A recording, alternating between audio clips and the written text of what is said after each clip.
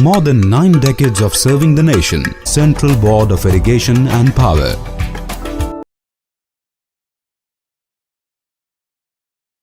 NBIT लग रहा है और RF मेजर है हमारा, क्योंकि RF से ही हमारा स्मार्ट मीटर शुरू हुआ था 2018 से। तो जैसे एक smart meter multiple communication technology है आपको, लाइक RF वाले में खाली RF वाले में खाली RF ही, उस टाइम RF टेक्नोलॉजी मतलब RF ही था।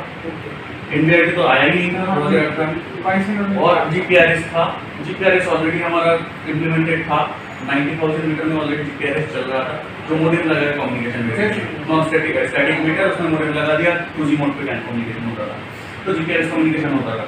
बाद में आया RF टेक्नोलॉजी, उस time RF technology 4G technology एक साथ नहीं आ रहा था, तो हमने RF को ये किया कि RF टेक्नोलॉजी लिया। RF टेक्नोलॉजी LNG जो है L+G, आज के टाइम में तो कंपनी बंद हो गया है यहाँ पे इंडिया में, बट उस टाइम L+G ने ही यहाँ पे पूरा इंफ्रास्ट्रक्चर डेवलप किया। टाटा पावर जो नॉर्थ वेस्ट दिल्ली है, इस एरिया में पूरा RF टेक्नोलॉजी डेवलप किया, कैनोपी वगैरह जो भी लगाना सब कुछ LNG ने किया, और उसके ऊपर हमने मीटर लगाना चालू किया।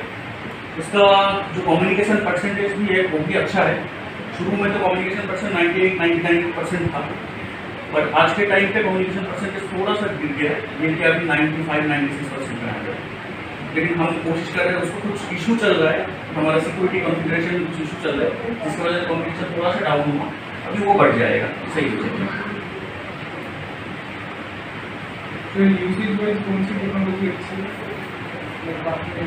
अभी मुझे जो फोन आया था, मैं बात कर रहा था, मुझे पूछा जा रहा था कि NBIT टेक्नोलॉजी, NBIT जो हमारा लग रहा है अभी, उस पर हमारा एक्चुअली क्या है, सब कुछ थर्ड पार्टी है। एक तो सिम जियो दे रहा है, नीक मैन्युफैक्चरर बना रहा है, मीटर मैन्युफैक्चरर, और जो इंटीग्रेशन हो रहा है वो फ्लुएंट्री बोल के कंपनी इंटीग्रेट कर रहा है, HES दे रहा है, हम बोलते हैं हेडेड सिस्टम जो है वो HES फ्लुएंट्री दे रहा है।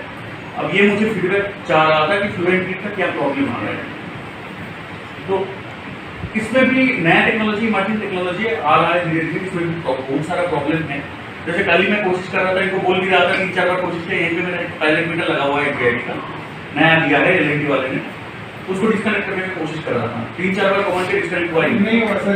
Same thing meter testing lab, केवल LNT मीटर भी को capacity like what is it, multiple commands were sent and you cannot no response. yes server भी तो वापस रिस्टोर नहीं हो रहा है, वही जो प्रॉब्लम आ रही है। उसके लिए हमें क्या करना पड़ा, NBIT अब तो हमने लगा दिया, क्या बोला 15% लगा दिया, 3.5 तक का 50% अच्छा नंबर हो जाता है, इतना मीटर लगा दिया। अब इस मीटर लगा दिया, जब अभी भी लग रहा है, अभी भी मेरे पास जो मीटर का ऑर्डर है वो देखूंगा, सिंगल फेज में 1 लाख मीटर का ऑर्डर है NBIT का, वो आएगा, साइड पे लगेगा भी इस साल का बजट में, और 50,000 मीटर है 3 फेज का लगना है, तो 1.5 लाख मीटर और लग जाएगा NBIT का, और बढ़ेगा मेरा HES पे भी उसका वो प्रेशर आएगा, और MDM में भी उसका प्रेशर आ जाएगा, तो ये सारा प्रेशर को भी हैंडल करना है। और हमारा MDM का एक खासियत ये है, MDM में मेरा GPRS टेक्नोलॉजी का इंटीग्रेशन, साथ में RF का इंटीग्रेशन, साथ में NBIT एक साथ में इंटीग्रेटेड है, सभी मीटर का डेटा एक ही MDM पे आता है, एक ही MDM पे उसका बिलिंग के रिलेटेड और बाकी जो MTM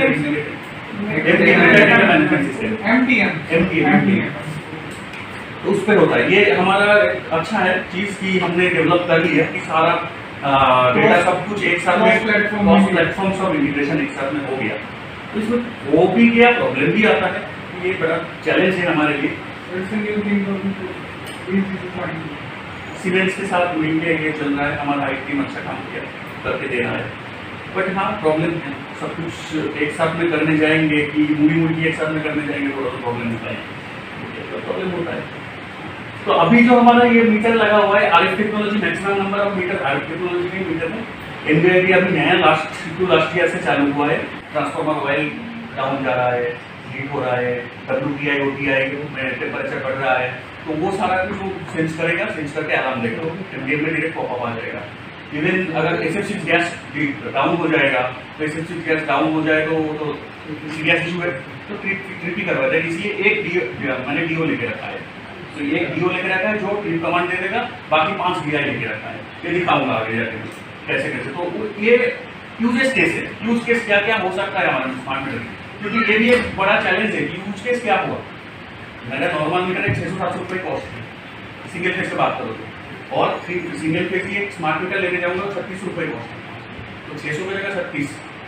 तो इतना जो कॉस्ट बढ़ रहा है मेरा, इस कॉस्ट को तो मुझे दिखाना पड़ेगा क्या यूज कर रहा हूँ इतना दामी मीटर ले। पीएलसी टेक्नोलॉजी जो कॉस्टली टेक्नोलॉजी है, मैंने पूरा नॉर्थ दिल्ली में ऐसे पीएलसी टेक्नोलॉजी चालू करने जाऊंगा तो हो गया, चलेगा नहीं।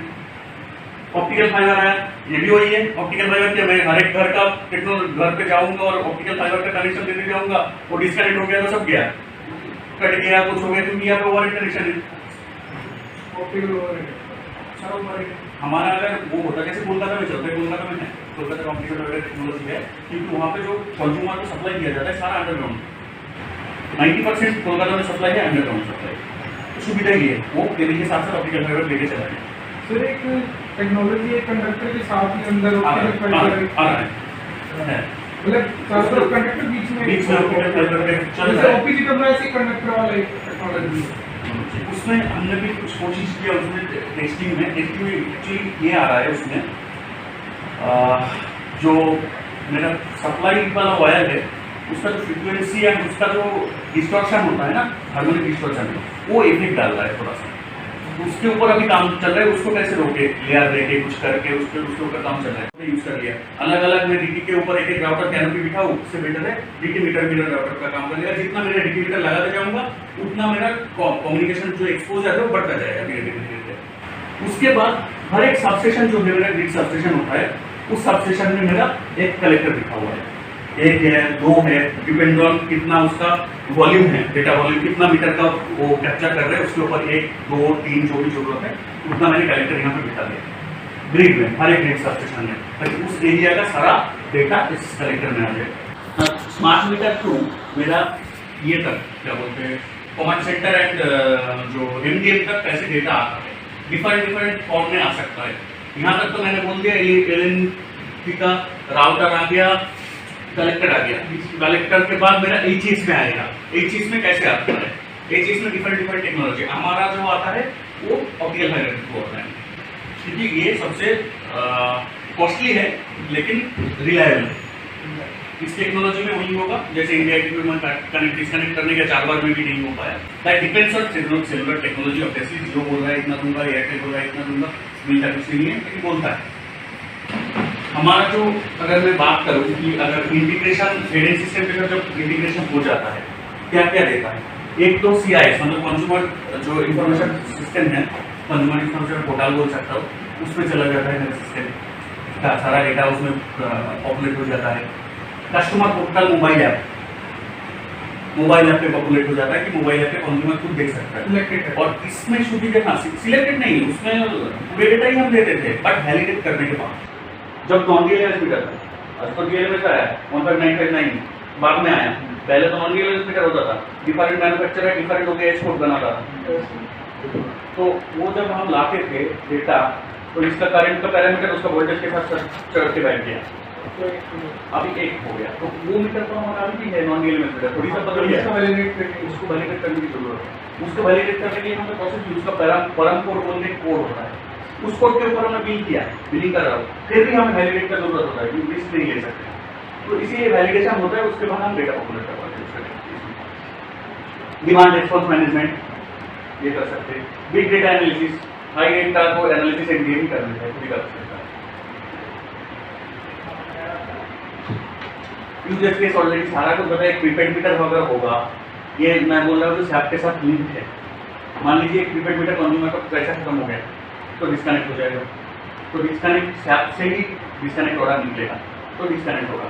उससे पहले कंज्यूमर ने पेमेंट कर दिया तो पेमेंट रिसीव हुआ, वो जाके यहाँ पे आपने HES के साथ SAP को इंटीग्रेट कर दिया, MDM के साथ, HES के साथ MDM का इंटीग्रेशन है।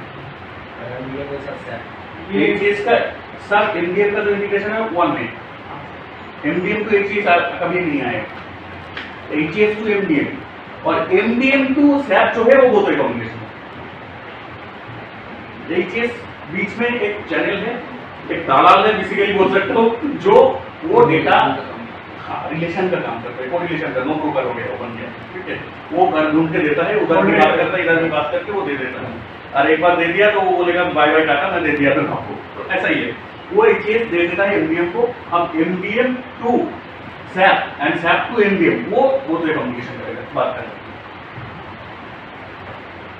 सर रिटार्ड कमांड भी चला जाता है मॉनिटर को, बीटा को एमडीएम के थ्रू आपने एमडीएम को जो आप कमांड दे रहे हैं मतलब डाटा वो एचईएस से ले रहे हैं। एचईएस से ले आपका अगर कोई वो करना है मेरे को क्या बोलते हैं, मान लीजिए डिस्कनेक्ट करना है या कनेक्ट करना है कुछ मीटर को, मैंने सैप में दे दिया, अभी जो हम करके रखा है क्या किया, सैप में मेरा डिस्कनेक्ट ऑर्डर निकल जाएगा, वो एमडीएम में जाकर फ्लोट कर जाएगा, लेकिन वहाँ से कमांड जाएगा नहीं, मैं देख लेता हूँ वहाँ पे आ जाएगा, फ्लोट हो जाएगा, 4-5 बंदा बैठा हुआ है वो देखता है क्या फ्लोट हो रहा है, वो कन्फर्म कर लेता है इसको करना है डिस्कनेक्ट, तब जाकर वो एचईएस में बैठे डिस्कनेक्ट कर देता है। और जैसे एचईएस में डिस्कनेक्ट किया वो फ्लोट होकर एमडीएम में चला गया, क्योंकि वो तो कम्युनिकेशन ऑलरेडी है मेरे पास।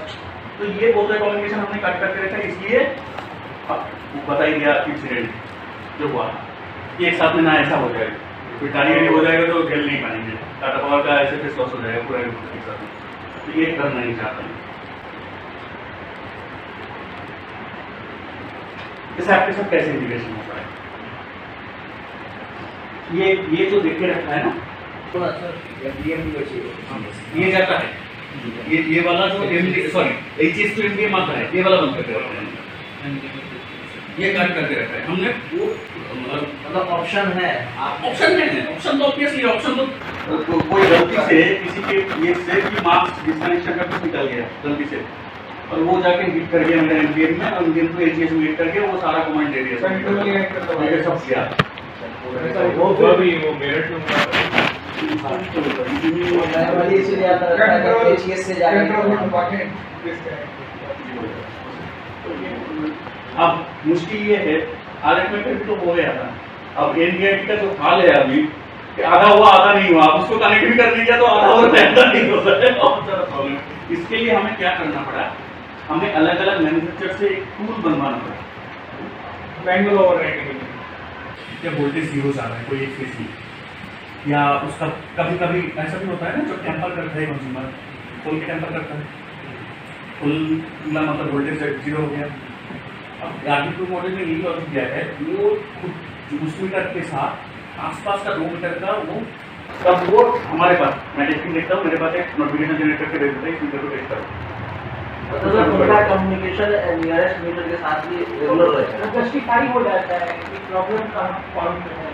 नॉर्मली हम चेक करने जाऊंगा, एक एक करके करने जाऊंगा तो हो गया मेरा, एक ही बीटी से एक ही पोल से जा रहा है, तो उस पोल से जा रहा है तो इस मीटर में वोल्टेज गया तो मतलब इस मीटर में भी वोल्टेज जाना चाहिए, अगर इस मीटर में वोल्टेज नहीं गया तो इसमें कुछ ना कुछ है, और इसमें कुछ ना कुछ है, वो ये भी हो सकता है कि हाँ सपोज उसका सप्लाई का भी जोन ने काम किया तो वो भी हम सैप से देख लेते हैं कि जोन ने काम किया कि नहीं, वो इस मॉड्यूल में दिया हुआ है, वो लॉजिक भी दिया हुआ है, वो चेक करने के बाद फाइनली जनरेट करके दे देते नहीं इसमें कुछ प्रॉब्लम है, तब जाकर नोटिफिकेशन जनरेट होता है, हमारे पास आ जाता है, हम उस नोटिफिकेशन को लेकर कंज्यूमर के पास जाते हैं चेक करने के लिए उसका मीटर में कुछ रखा नहीं है कि नहीं या क्या हुआ था पता चल जाता है। इंफॉर्मेशन की शॉर्टिंग हो गई, शॉर्टिंग हो गई एक साथ में, मेरा 1.5 लाख मीटर से ले इंफॉर्मेशन शॉर्टिंग होके 7,000 8,000 9,000 5,000 ऐसे डबल शॉर्टिंग करते हैं, कभी कभी डबल शॉर्टिंग करते हैं, कभी कभी क्या होता है 1 लाख कंज्यूमर का डेटा लेके मुझे 20,000 कंज्यूमर का शॉर्टिंग करके दे दिया, अब 20,000 कंज्यूमर का कैसे करूँगा मैं, फिर डबल शॉर्टिंग करते हैं, फिर दोबारा चलाते हैं उसको कि ये लॉजिक को हटा दो, जरूरत नहीं है मुझे,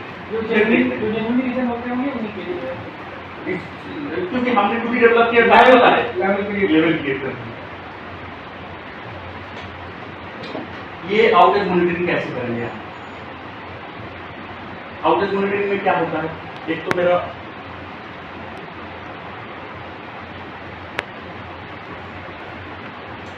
मान लीजिए ये manpower utilisation outage monitoring जो मैं बोल रहा हूँ, कोई एक कंज्यूमर का कोई सप्लाई गया, जैसे कल रात को मेरा घर भी चला गया था, फिर देखा कि ट्रांसफार्मर को काम करना है, 2 मिनट 3 मिनट लगा वो काम करके सही करके चालू करके चला गया, बट ऐसा ही है कि चला गया, कई बार तो जब लाइक एक पे चल जाता है तो वोल्टेज इवन मान लीजिए घर पे सप्लाई चला गया, अब वो फोन करेगा, अगर स्मार्ट मीटर नहीं होगा तो फोन करेगा, स्मार्ट मीटर होगा तो मेरे एमबी में अपने पॉपअप हो जाएगा कि इस मीटर का सप्लाई गया, तो फोन करेगा, जोन वाला टीम क्या करेगा, टीम भेज देगा। अब मान लीजिए उस टाइम रात को जोन के पास एक ही बैठा हुआ था उस टाइम की, उन्होंने भेज दिया, अब पता चला किसी एक पूरा एरिया में सप्लाई बंद हो गया, तो मेरे लिए प्रायोरिटी क्या होना चाहिए, पहले कि एरिया को रिस्टोर करो, तो ये चीज़ अगर रियल टाइम में मेरे पास ऑटोमेटिक एडीएमएस पे दिख जाएगा तो मेरे लिए इजी हो जाएगा कि मैं कहाँ पे भेजूँ पहले ही काम कराऊँ, प्रॉपर यूटिलाइजेशन हो जाए, मैक्सिमम यूटिलाइजेशन। ये काम होता है आज के टाइम पे, ये स्मार्ट मीटर की वजह से हो रहा है और हीटिंग मीटर की वजह से हो रहा है। और एकदम लास्ट मीटर भी फील फोर्स एफपीडी पे हमारा फील्ड फोर्स डिवाइस है, मतलब बेसिकली फोन ही है, फोन देके रखा है सबको। कौन सा फोन एमआई का नोट 11 प्रो ऐसा कुछ फोन है लेके रखा है। उसमें हमने एक ऐप्स हमारा आईटी का डेवलप किया है, एक ऐप दे दिया। उसमें मीटर को पिक कर सकते हैं हम, मीटर कम्युनिकेट कर रहा है कि नहीं, मीटर के डेटा ले सकते हैं, सब कुछ कर सकते हैं।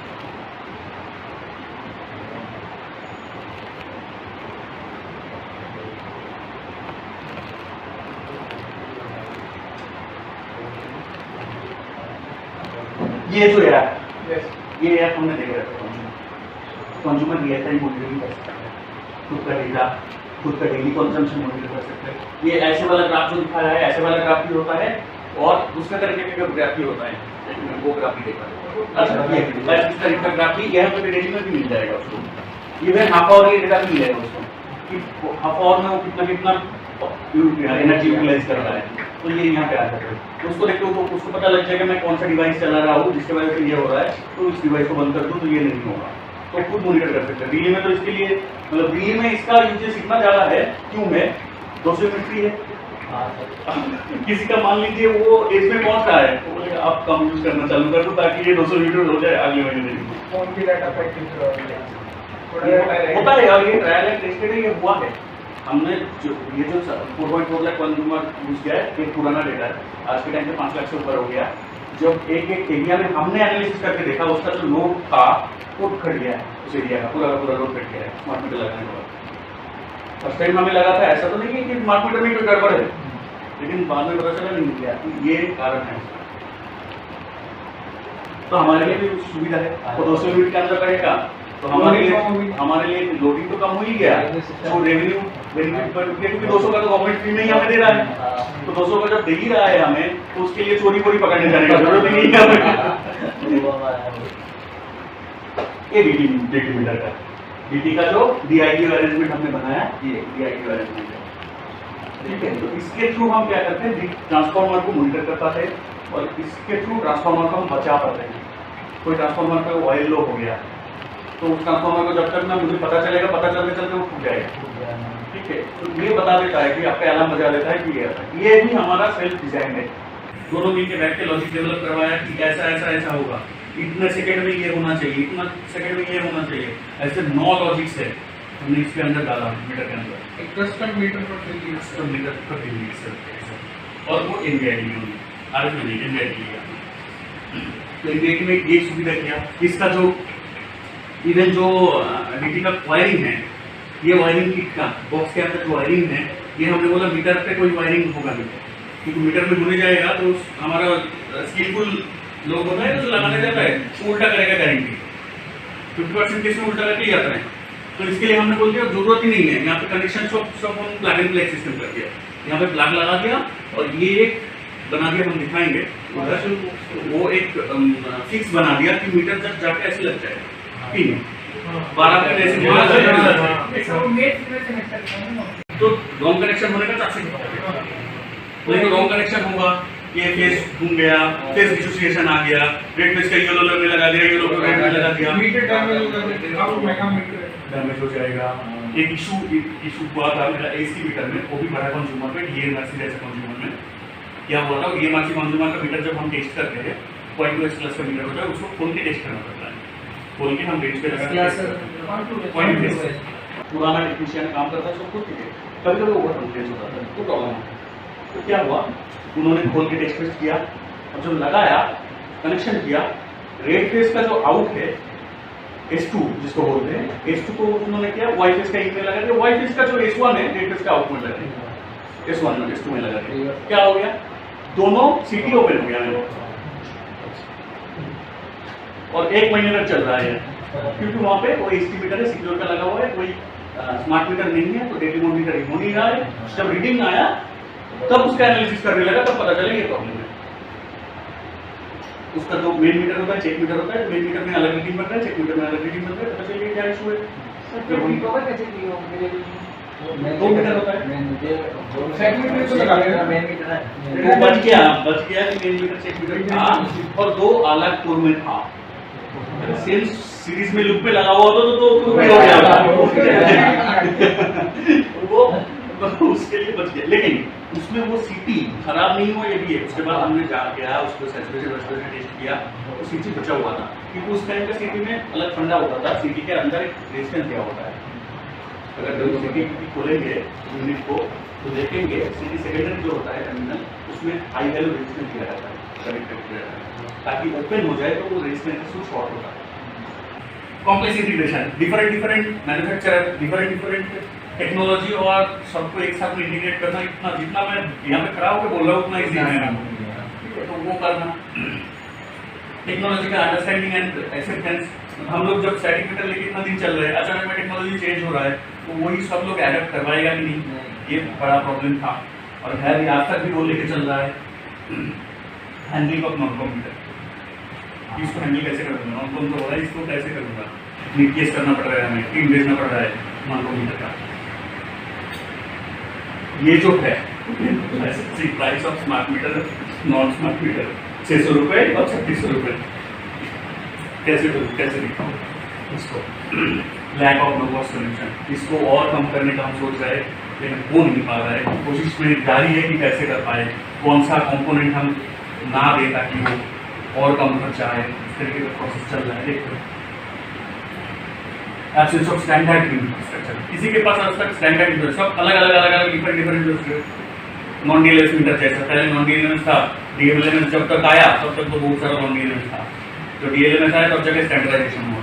सिंपली इसका भी मैं टाटा पावर बोल रहा हूँ, इसका भी दे दो। वो बोल रहा है नहीं उस कंपनी से बनाऊंगा, सीएससी राजस्थान बोल रहा है मैं भाटीटॉस से बना रहा हूँ।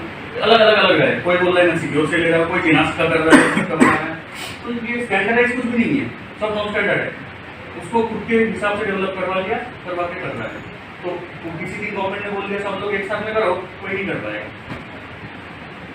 तो dependency of third party goods मैंने बताई है, कोई भी खुद का नहीं है, सब थर्ड पार्टी है।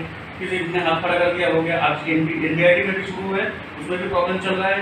हम लोग इसके ऊपर जियो और एफजी के ऊपर बैठे हुए, उसको बोल रहे ये कर दो भाई, ये कर दो भाई, ये कर दो भाई। अभी नया ही चीज़ बना के जो उन्होंने बोला उसको टेस्ट करके देखो, देख के बताओ क्या इसका फीडबैक हो, क्या होगा। डिफरेंट स्किल रिक्वायरमेंट, ऑब्वियसली नया टेक्नोलॉजी आया, स्किल चाहिए। Cost on customisation, different customisation मुझे करना है क्योंकि थर्ड पार्टी टूल से कुछ भी करने जाऊँगा बोले वैसे तो। और एक लैक ऑफ इंटरपोलेबल सॉल्यूशन, एक ही डिस्टेंस तो कितना चाहिए, एक ही तो फेज है, सिंगल फेज है, एक ही रेजिस्टेंस है। 3 फेज का 3 रेजिस्टेंस होता है। तो एक ही रेजिस्टेंस ऑफ वोल्टेज को ये जो 230 वोल्ट हो जाए, इस रेजिस्टेंस का वैल्यू 2 मेगा ओम होता है। जो वोल्टेज का वैल्यू है उसको 12 वोल्ट डिपेंड करता है उसका सर्किट कितना होता है। ये 2 मेगा ओम जो बोल रहा है वो उस मीटर के लिए डिफरेंट मीटर मैन्युफैक्चरर का डिफरेंट होता है। 5 वोल्ट पे या 12 वोल्ट इस पे ऑपरेट करता है। किसमें ऑपरेट है तो उस वोल्टेज में लाने के लिए वो यूज करता है। तो वो वोल्टेज लाने के लिए यही चीज को पोटेंशियल डिवाइडर बोला गया। पोटेंशियल डिवाइडर के लिए फैसिलिटी है और क्या डिमेरिट्स है। डिमेरिट्स से 2 डिमेरिट्स क्या क्या है, एक आइसोलेशन नहीं करता है क्योंकि डायरेक्ट रेजिस्टेंस है। अब आइसोलेशन नहीं करता है, रेजिस्टेंस है, लेकिन उसका फायदा भी ये है कि कोई पोटेंशियल ट्रांसफार्मर लगाऊंगा तो उसमें लॉस आएगा, phase angle error, ratio error. क्योंकि पोटेंशियल डिवाइडर में ये लॉस नहीं आता है। प्लस इसमें एक वार्डन वेरिएशन होता है, हाई करंट वो जो वेरिएशन होगा वोल्टेज का तो वेरिएशन हो सकता है। बट उसी एंगल पे हम लोग वायर ऑन रेजिस्टेंस लेके रखा है ताकि उसका वेरिएशन ज़्यादा नहीं हो। ठीक है। सिमिलरली करंट में ये तो वोल्टेज ट्रांसफार्मर का जो सुविधा असुविधा था वो दिया गया, इसमें ऑप्शन नहीं होगा। करंट में शंट लेते हैं, क्या लेते हैं शंट। ये जो दिख रहा है ना बीच वाला पार्ट देख लो, वो ये रहता है निकेल क्रोमियम या क्रोमियम मैंगनीज का एलॉय रहता है। एलॉय किसके इसलिए दिया, डायरेक्ट कॉपर की तरह। ये जो है दूसरा मटेरियल है, ये भी कहते हैं कॉपर से अलग, ये एलॉय कॉपर के साथ ही एलॉय लिया गया है। निकेल क्रोमियम का या कॉपर मैंगनीज का एलॉय लिया गया है ताकि वो हाई करंट जब बढ़ेगा कॉपर क्या होता है, करंट बढ़ने पे उसका रेजिस्टेंस बढ़ जाता है, होता है ना, तो रेजिस्टेंस ऐसे डेविएट करता है।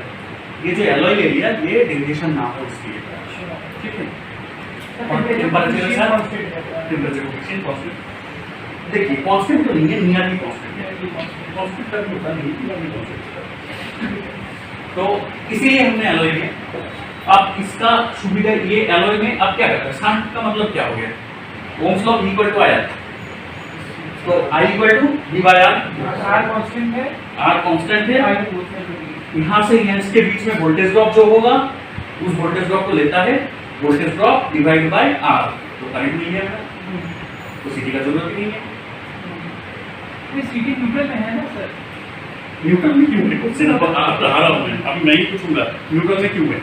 ये तो हो गया फेज में, फेज में शांत लगा दिया, अब न्यूट्रल में सीटी है, न्यूट्रल में भी शांत क्यों नहीं है, न्यूट्रल में वोल्टेज बोलिए बोलिए नहीं आएगा। हाँ, तो ड्रॉप कहाँ से होगा, वोल्टेज नहीं है तो ड्रॉप कौन करेगा, न्यूट्रल तो सर वायर के इसलिए न्यूट्रल तक आते आते तो 240 वोल्ट ड्रॉप हो चुका रहेगा ना, जीरो होके मिलेगा उसको, तो फिर इसमें करंट रहेगी, लेकिन वोल्टेज नहीं है। वोल्टेज नहीं रहेगा, उसमें वोल्टेज है इसलिए। तो इसीलिए वोल्टेज है, तभी वोल्टेज ड्रॉप में मेजर कर पा रहा हूँ कितना वोल्टेज ड्रॉप है, V1 माइनस V2 कर पा रहा हूँ, V2 माइनस V1 कर पा रहा हूँ, जो भी मैं बोलूँ। लेकिन न्यूट्रल में क्या ड्रॉप, न्यूट्रल में तो जीरो पोटेंशियल है, इसीलिए न्यूट्रल में सीटी देना बाध्य हो गया है, नहीं तो वो उसमें भी हम सीटी नहीं देते, खर्चा कट जाता मेरा, क्योंकि सीटी आता है, सीटी में एरर बहुत कुछ आ जाता है, सीटी में मैग्नेट का इफेक्ट आ जाता है, क्योंकि मैग्नेट आ जाएगा तो उसका इसमें फ्लक्स लिंकेज में दिक्कत करेगा, एरर आएगा, वो सारा कुछ यहाँ पे ना लिखा हुआ है, प्रोन टू टेम्परेचर, सॉरी ये जो करंट शंट्स है इसमें सीटी का तो उसको डायरेक्ट मेजरमेंट हो रहा है, इसमें डायरेक्ट हो रहा है, ये रिलेटिवली एक्सपेंसिव हो गया, non linear depending upon the material, frequency sensitive हो गया CT, influence by temperature variance, there introduce phase error, और एक लिखा ही नहीं वो क्या बोलते हैं रेशियो एरर, तो ये सारा मैग्नेटिक फील्ड में इफेक्ट आ जाता है, ये सारा कुछ सिटी में प्रॉब्लम है, तो एरर आता है, तो ये होता है, पहले ये था, आज के टाइम पे ये हो गया, आगे जाके वो भी चेंज होकर पीटीएम में क्वेश्चन हो गया, ठीक है, उसका फोटो मैंने यहाँ पे लगाया नहीं। अब आता हूँ, एक बार ये क्वेश्चन आया था बैटरी, दो अलग अलग बैटरी है, पहले क्या होता था, एक ही बैटरी दिया जाता था, एक बैटरी में इशू था कि वही क्लॉक कंट्रोल करता था, घड़ी जो है मीटर का, क्योंकि वो मतलब घड़ी एक इम्पॉर्टेंट चीज़ है मीटर के लिए, मेरी सब मीटर दे रहे घड़ी खराब होता है।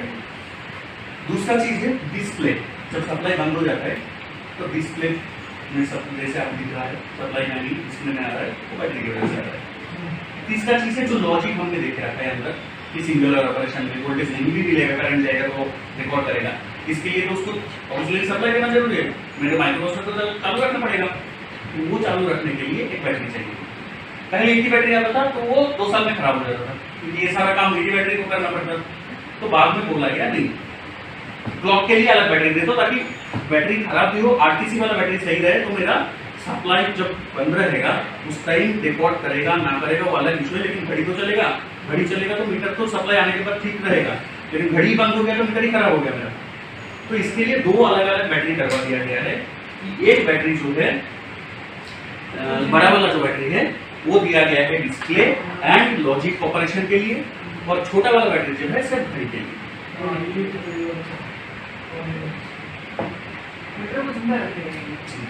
तो ये भी रिले इसी फेज ऑन न्यूट्रल दोनों को डिस्कनेक्ट करना पड़ेगा, दोनों ठीक होते हैं, दोनों नहीं करेंगे तो चोरी करेगा। फेज मैंने डिस्कनेक्ट कर दिया, मान लीजिए उसने पोल में उठ के घुमा दिया फेज न्यूट्रल को, क्या कर लोगे आप, फिर न्यूट्रल से उसका फेज आने लगेगा, मैं क्या कर दूंगा, कुछ यूज करते रहेगा, मुझे लगेगा बिंदास डिस्कनेक्टेड है, वो चला रहा है आराम से। बट एस क्लास बोलता है 1% तक एक्यूरेसी सही देगा, 1 to 120% एक्यूरेसी सही देगा, सही मतलब उसका परसेंटेज अलग अलग है, 1% की जगह 1.5% हो जाता है, लेकिन एक्यूरेसी देगा। बट नॉर्मल क्लास में बोलता है 20% के नीचे एक्यूरेसी कुछ भी नहीं हो सकता है, तो ये दिया जाता है, ये वहाँ पे 20 to 100% डिफाइंड है, यहाँ पे 1 to 100% डिफाइंड है एस वाले, इसीलिए मीटर मेजरिंग में एस का जरूरत पड़ता है, और ये भी एस मेजरिंग में कहाँ पे आयन कंज्यूमर, सर ये चीज़ उसमें इंस्ट्रूमेंट में पढ़ चुके हैं हम लोग कि फुल स्केल के रीडिंग जो नियर रहेगी ज़्यादा एक्यूरेट लेगी, मतलब फुल स्केल में अगर लोअर मैग्नीट्यूड का मीटर करेंगे तो एरर ज़्यादा होती है। इसीलिए तो आपका जो क्लैंप और मीटर टॉन्ग यूज करते हैं, देखना जो बाजार में मिलता है 200,000 एम्पियर वाला जो टॉन्ग मिलता है उसमें आप 1 एम्पियर नापने जाओगे इधर आता है ना, इसलिए उसका कॉस्ट है 700-800 रुपये। और वो 1 एम्पियर नापने वाला अगर टॉन्ग चाहिए एक्यूरेसी, प्रॉपर एक्यूरेसी वाला, उसका 30,000 रुपये दाम है। तो दोनों में बहुत डिफरेंस है, इसीलिए है क्योंकि वो लॉन्ग रेंज में एक्यूरेसी सही देता है। तो सिमिलर इसमें भी इस क्लास जब जाएंगे तो कॉस्ट बढ़ जाएगा मेरा, क्योंकि उसका कोर सिटी के बात करो तो नैनो कोर यूज करना पड़ता है उसके लिए, एग्जैक्टली, तो उसके लिए कॉस्ट बढ़ जाता है। ये जो स्मार्ट मीटर 162 को पार्ट 1 में बनाया गया है, वो नॉर्मल मीटर के लिए, पॉलीफेज और सिंगल फेज मीटर के लिए, स्टैटिक मीटर, सॉरी 1 क्लास और 2 क्लास के मीटर के लिए जो होता है, जो आपका कम्युनिकेशन होता है IP6 में, ये चारों को लेके IS 162 को पार्ट 1 बनाया गया। सिमिलरली अगर पार्ट 2 का बात करूँ तो देखिए ये 2 चीज वाला टाइप हो जाएगा, क्योंकि एस क्लास का है और एस क्लास वाले मेरा सीपी ऑपरेटेड मीटर है, सीपी ऑपरेटेड में लोड स्विच लेके कोई फायदा नहीं, इसलिए मेरा नॉर्मल मीटर जो पॉलीफेज सिंगल फेज का हाथ में लेके देखना कितना भारी है और सीपी मीटर लेके देखना कितना हल्का, क्योंकि मेन तो वेट जो है नहीं रहता है खत्म हो गया। कौन सा टेस्टिंग में जान लीजिए। अब ये इसमें ये जो लोड पॉइंट है, इस लोड पॉइंट में टेस्ट करते हैं, यहाँ पे भी टेस्ट करते हैं, इसी load point starting current test करते हैं। एज पर IS बोलते हैं स्टार्टिंग करंट 0.2% ऑफ IB, ये जो बेस करंट है, जो 10-60 बोलते हैं तो बेसिक करंट और मैक्सिमम करंट है। ये बेसिक करंट का लॉजिक क्या है, मतलब क्यों है बेसिक करंट रेफरेंस लेना, तो नेक्स्ट पे भी ले सकते हैं। नहीं, ये मीटर के कंपोनेंट को चालू करने के लिए कुछ मिनिमम रिक्वायरमेंट होती है ना, वो तो स्टार्टिंग करंट है। आई बेसिक का यहाँ पे 2% दिया है, टिपिकल स्पेसिफिकेशन है। एज पर IS जो बोलता है, IS 13779 जो बोल रहा है, वो बोल रहा है आई बेसिक का 0.4% होना चाहिए। मतलब इस वाले में अगर सोचूं तो ये जो 20 मिली एम्पियर बोला है, ये एक्चुअल में IS बोलता है 40 मिली एम्पियर में चालू हो जाना चाहिए, ठीक। बट हम लोग टिपिकल स्पेसिफाई कर दिया मैन्युफैक्चरर को, नहीं मुझे 20 मिली एम्पियर में चालू चाहिए, तो आप भाई मुझे 0.2 दे दो, तो मैन्युफैक्चरर देता है। ये स्टार्टिंग करंट है और ये बेस करंट के ऊपर लॉजिक है। सर जो बोल रहा है कि लॉजिक कुछ कोई रेफरेंस लेना पड़ेगा, इसलिए बेस करंट रेफरेंस लेते हैं। और बेस करंट ऐसा नहीं कि मेरा यहाँ पे जैसे 10-60 लिया, 10 ही बेस करंट है, CIB होता है 10 नहीं, 2.5 भी ले सकते हो, 5 भी ले सकते हो, 10 भी ले सकते हो, 20 भी ले सकते हो, 50 भी ले सकते हो। सिमिलरली मैक्सिमम करंट उसका 200%, 300%, 400% से लेकर 800% तक ले सकते हो, कोई भी ले सकते हो। वो CIB गाइडलाइंस में बोल रहा है इतना इतना परसेंटेज आप ले सकते हो, लेकिन उसके हिसाब से मीटर कॉन्स्टेंट भी डिसाइड करते हो, वो भी CIB में दिया होता है। नो लोड टेस्ट क्या करते हैं, नो लोड टेस्ट मतलब प्री टेस्ट,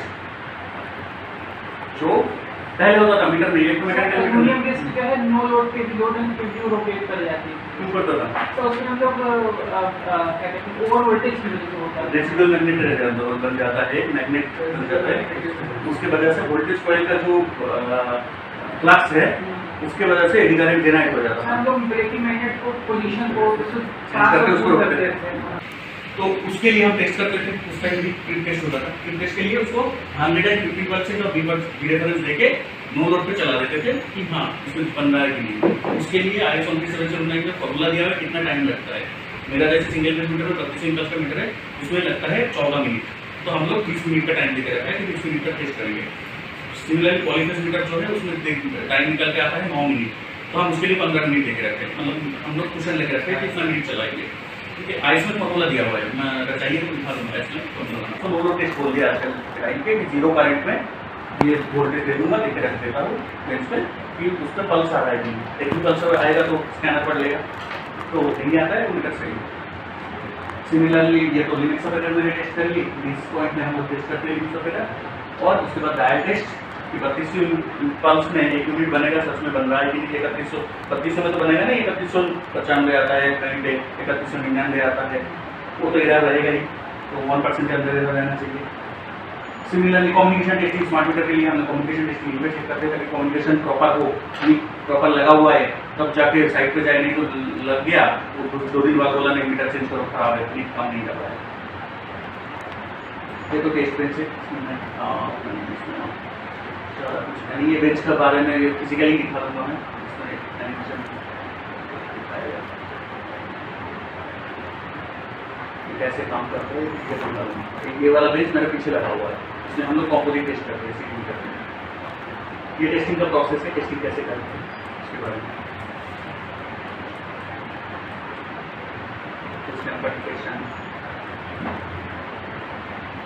टेम्परेचर क्या है, ये रिमोट मिला था।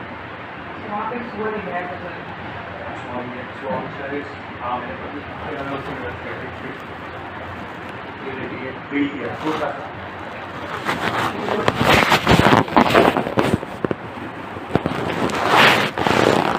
बिल करके पूरा लेवल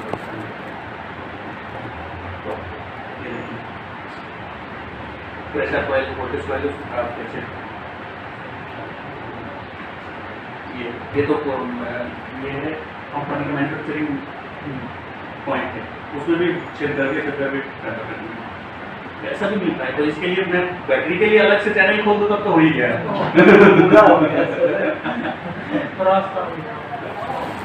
तो ये देखिए साइड से क्या करता है, मीटर का साइड जो ये साइड है ना, इस साइड से होल करके एक कॉइल घुसा देता है। घुसाने के बाद फेस टू फेस जो होता है इनकमिंग और आउटगोइंग उसको शॉर्ट कर देता है। उसके बाद वहाँ पे ब्लैक कलर कर देता है या कोई टेप लगा देता है ताकि दूर से तो पता ही नहीं चलेगा, ब्लैक कर देगा तो उसमें छेद किया था कि नहीं। ये तो सिंपल काटा काम के साथ लगा दिया। ये जैसे नॉन स्टैंडर्ड सीसी का इनक्वायरी कोई चेंज कर दिया बोल के।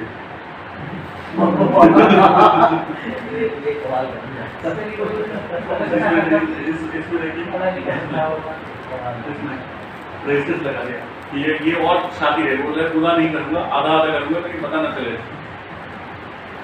खोला कैसे ना सील डुप्लीकेट मिल जाता है। आप लगाएंगे नंबर सेम नंबर रेजिस्टेंस लगा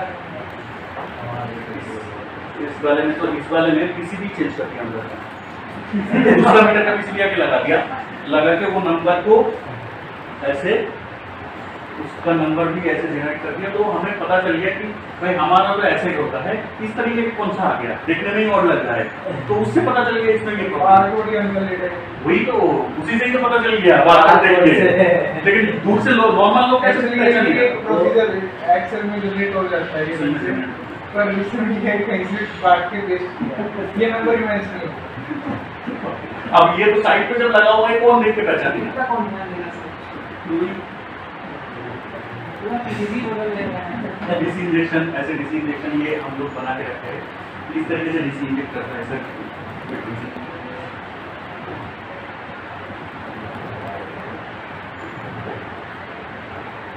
जब डिटेल बड़ा कनेक्शन होता है करना होता है, खोल के मीटर खोल के तब वो बेंच ले जाना होता है।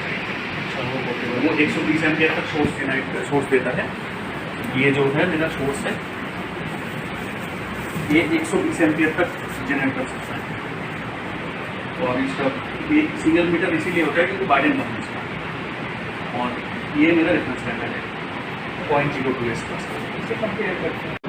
20 मीटर लगा हुआ है और उसका अलग अलग जो मैंने दिखाया था टेक्निक उससे सिलेक्ट ऑलरेडी दिया हुआ है, ऑटोमेटिक स्टेप बाय स्टेप ये चलता रहेगा। कभी हो जाएगा खत्म उसका चलता रहेगा, इसका चलेगा ऑटोमेटिकली हो जाएगा, तब तक प्रॉब्लम इसमें कोई फेल हो गया तो हम मैनुअली रोक सकते हैं और फिर दोबारा साथ ही साथ हम एक साथ में इसको वो चला देते हैं कम्युनिकेशन चेक करने के लिए कि मीटर प्रॉपर कम्युनिकेशन कर रहा है। उसके लिए हमने ये कॉन्सेप्ट आपको रखा है, ये लोकल नेटवर्क क्रिएट करता है। तो जैसे बाहर कैनोपी है, बड़ा नेटवर्क है, ये लैब के अंदर एक नेटवर्क क्रिएट कर देता है। उस नेटवर्क पे हम टेस्ट कर लेते हैं कि मीटर के थ्रू मीटर के साथ कम्युनिकेट कर रहा है कि नहीं। कम्युनिकेट कर रहा है मतलब मीटर ओके है, हम साइड को ले सकते हैं, वो कम्युनिकेशन करेगा। तो ये चेक भी यहाँ पर हो जाता है, बस नीचे आ जाएगा, चेक हो जाएगा, कम्युनिकेशन चेक हो गया।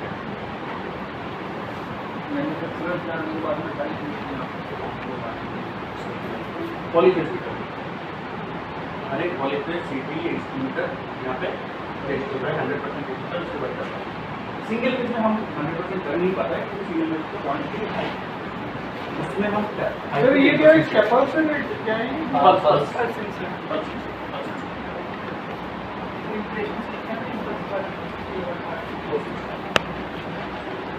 ये 10 पोजीशन रेंज सिंगल पेज का और ये 20 पोजीशन रेंज से सिंगल पेज का। वहाँ पे ये जो अपग्रेडेड वर्जन है मीटर का वो चेक कर रहा है कम्युनिकेशन, और इस पे पूरा वर्जन लिखा हुआ है कम्युनिकेशन। सर ये टाइलर क्यों है इसको? टाइलर ऐड दे रहे हैं। मीटर में पैसे भरने के लिए कौन पहले होता है पर 2 लाख के दाम ये कंसेप्ट आया था वो भी में शुरू में, ये तो आज का नहीं है, 2017 का नहीं है। ये है वो, ये हर एक लिख का डिवाइस और हमने स्कैन करके दे दिया इसको, वो कम्युनिकेट करता रहेगा, करता रहेगा, जब पास हो जाएगा ये वो चेंज हो जाएगा, इसमें ये हो जाएगा, ये आपको काम करेगा।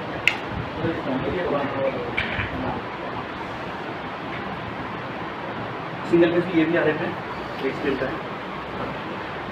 NBIT की है सर? NBIT मंगवा देना लगता है ना? उसमें तो सिल्वर का सिम लगेगा।